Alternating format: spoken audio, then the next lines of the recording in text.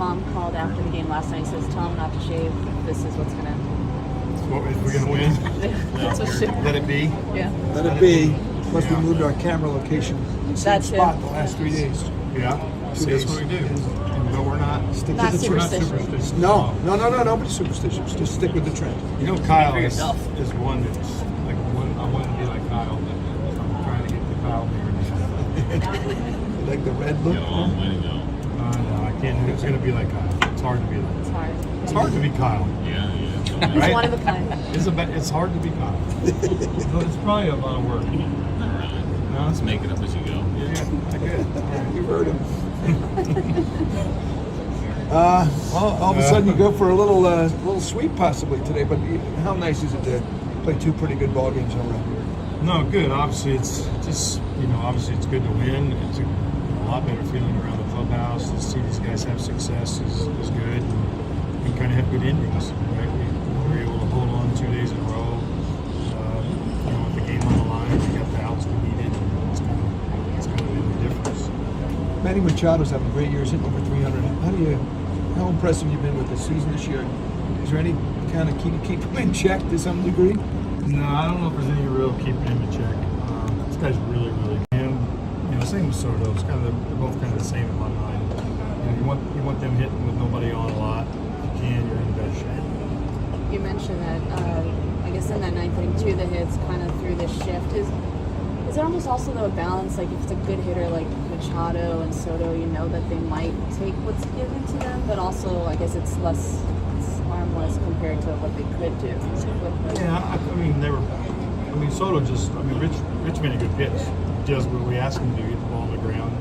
It just happened to be in the right spot. And that other side, again, the shifts are when a guy hits the ball 105 and it's right at somebody, you love the shift.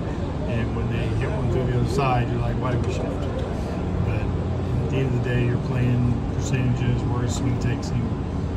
Sometimes you're willing to say, okay, if he gets a single, fine.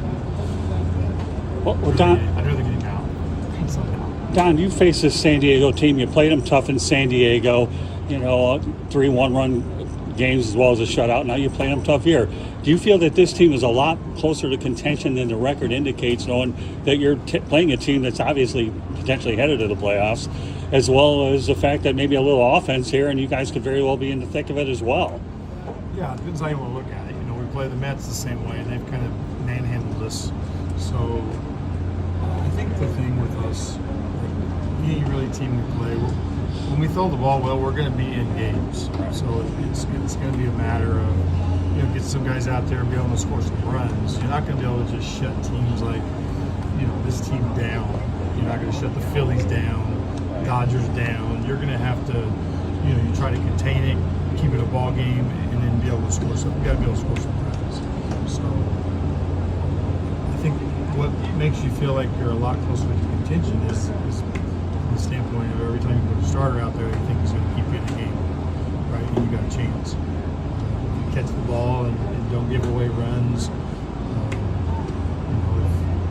think you can score some runs. Well, amazingly enough, you have a lot of good young arms that could be coming back as well. Sixto, and then you also have, Max Meyer. So the future is looking good on the arm side anyways. I think so. I would agree with you there. I think Sixto's moving in this direction. A guy like Eater, Yuri Perez, Max, Campbell even. There's some good arms down there, and there's good arms here. So it's not like I feel like that has a chance to be sustainable for a while. I think the common theme for us over the last few years is, can we score enough, right, to support it? And you'd like to think your window to win is close because you got experienced, good young arms that are getting better. So that's the part that you're hopeful on, and you hope on, and the other side you got to figure out. Tony, once the trade deadline passed and Pablo Newby was staying here, it seemed like he just had a big sense of relief, right? A guy that really wanted to be here and stay here. Have you noticed, just even over the past 2 weeks, just him really just being able to focus on pitching and almost a lighter, more relaxed Pablo than anything? I think for sure more relaxed. This game, even though we love the trade deadline. We like talking about it, and this guy might go here, and another guy might go somewhere else. Your life kind of gets turned upside down. And that's we're talking about you, and I think for all of us, right? It's the unknown that makes you uncomfortable, right? So, am I going to be here? Or am I going to be somewhere else? And I know for Pablo, I think he was closing on a house that he just bought, and now you're thinking, okay, I'm buying a house, and now I'm not here anymore. There's a lot that goes into that, right?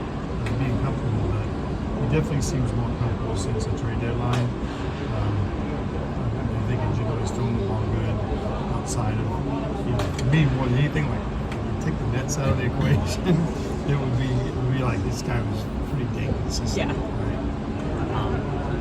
Last night you went into the game not having many arms available in the bullpen. Tonight, better situation now, even though you had to use a lot last night. I would say not great still.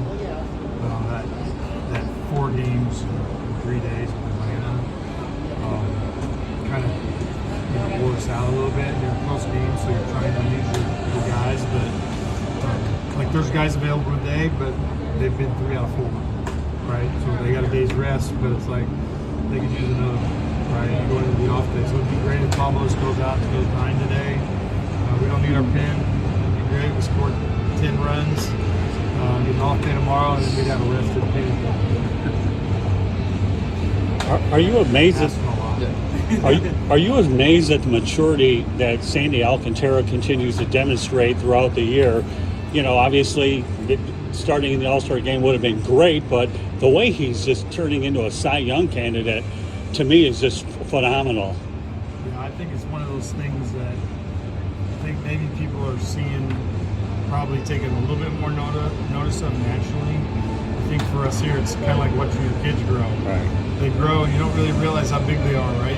You leave town for 3 weeks, you come back and you're like, dang, this kid's getting big. And Sandy, in the same sense, you watch him kind of come over 3 or 4 years and just kind of get better and better and better and better, and all of a sudden it's Sandy, like this Sandy, right? So it's been a road for him. So I think I don't like to look past that road, because I know he's put in a lot of work and a lot of determination and time went into helping this guy grow. Do you think for a guy like Edwards, having Sandy available can make his progress or development quicker? Absolutely.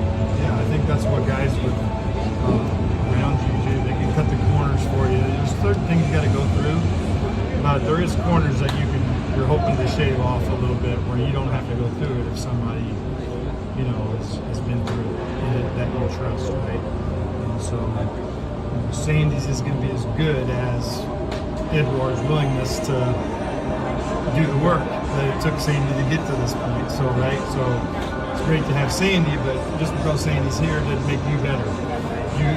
You can follow the roadmap. It's been a pretty good roadmap. So hopefully our young pitchers are watching what's happened with him in the slow, steady progress. We want things fast. Sometimes they take a little longer. They look pretty good right away, but we know there's a long way to go. I don't know if you asked yesterday, but Solskjaer, just him being back, throw him into the fire, or you kind of ease him in there in terms of leverage and stuff? I try to ease him in. It's been a while. He had some rehab outings and stuff, but just to throw him into the middle of it seems a little, just uncomfortable for us. I'd like to get him out there, earlier in the game. Game obviously you can't control if the game's on the line or up or down, but a little bit more of a soft landing. Thoughts on Rasaman so far? It's been good, really good. This guy's a valuable guy, multiple inning guy. I think his stuff's good enough to be a 1-inning guy. He's durable.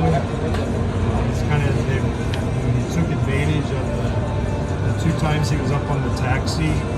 Mel and Beef, they worked on that slider and giving him another pitch. So he was kind of a reverse guy in the minor leagues. He was getting lefties and not righties as well. But now the slider gives him a weapon for the righties. And he's he's been really good. He's an older guy. You know, What a story. Yeah, it's a good story, and you know, he's pretty poised. He's got good stuff.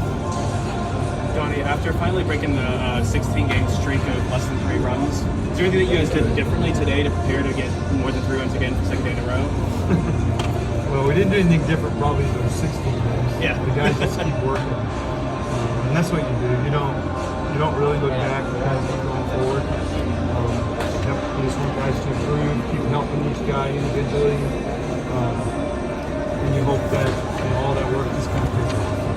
There's nothing you really do differently. Your preparation doesn't really change. Sometimes if you get 10 runs for 4 days, you don't do anything different, you don't get anything. So it's like, it just kind of goes both ways. It was interesting. Early in the season, you'd have that stretch of like the 10-run game or something, and then it was like nothing for.